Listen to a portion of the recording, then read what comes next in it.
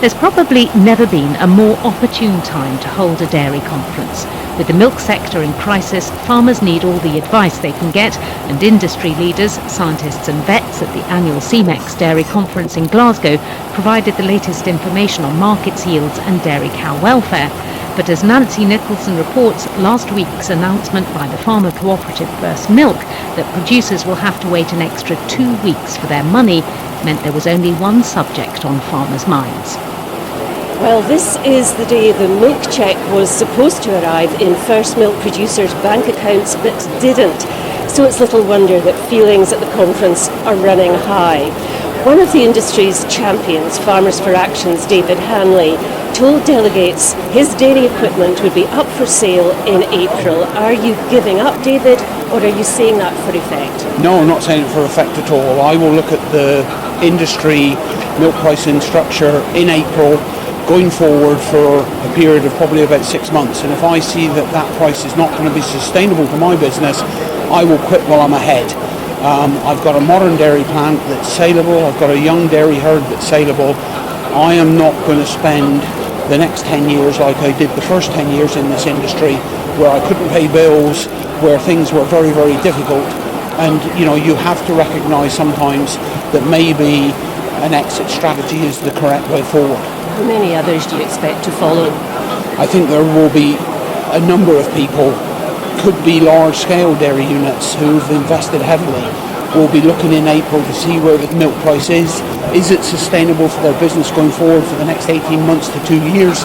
If it's not, I think they'll be making decisions.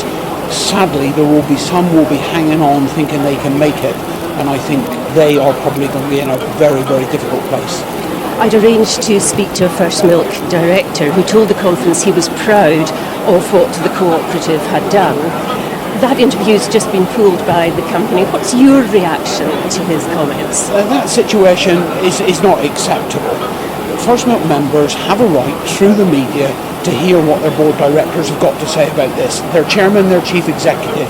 It's no good sending an email out to people and leaving them in limbo. So is he right to be proud of the action that was taken? No, listen, I'm sorry, proud is the wrong word. But they've taken a business decision based on the fact of what they know that I don't. And if they think they're confident enough with the backing of their bankers that this short-term, we hope, situation will basically pull them through, they will come out the other side, David Hanley and the FFA will back it. One of the most vulnerable First Milk producers in the country is a farmer who arrived here by ferry from the island of Bute. Allam Kennedy, you're a tenant farmer, you milk 150 dairy cows. What's going to be the impact of the payment delay on your business? It will be devastating just due to the fact most of the direct debits come off on the 20th of the month. We'll probably need to go to the bank and get something in place to pay direct debits, etc. It's huge implications on a family-run business. How long can you continue with such uncertainty and such a downturn in the market? Probably months. Right now the milk price isn't going to cover the direct debits. As I say, we're a tenanted farm.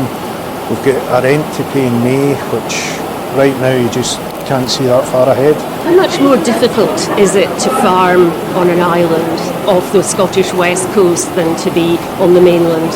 Well, you're talking feed, fertiliser, etc. We're about £30 a tonne more to get it to the island. Just that's where we live.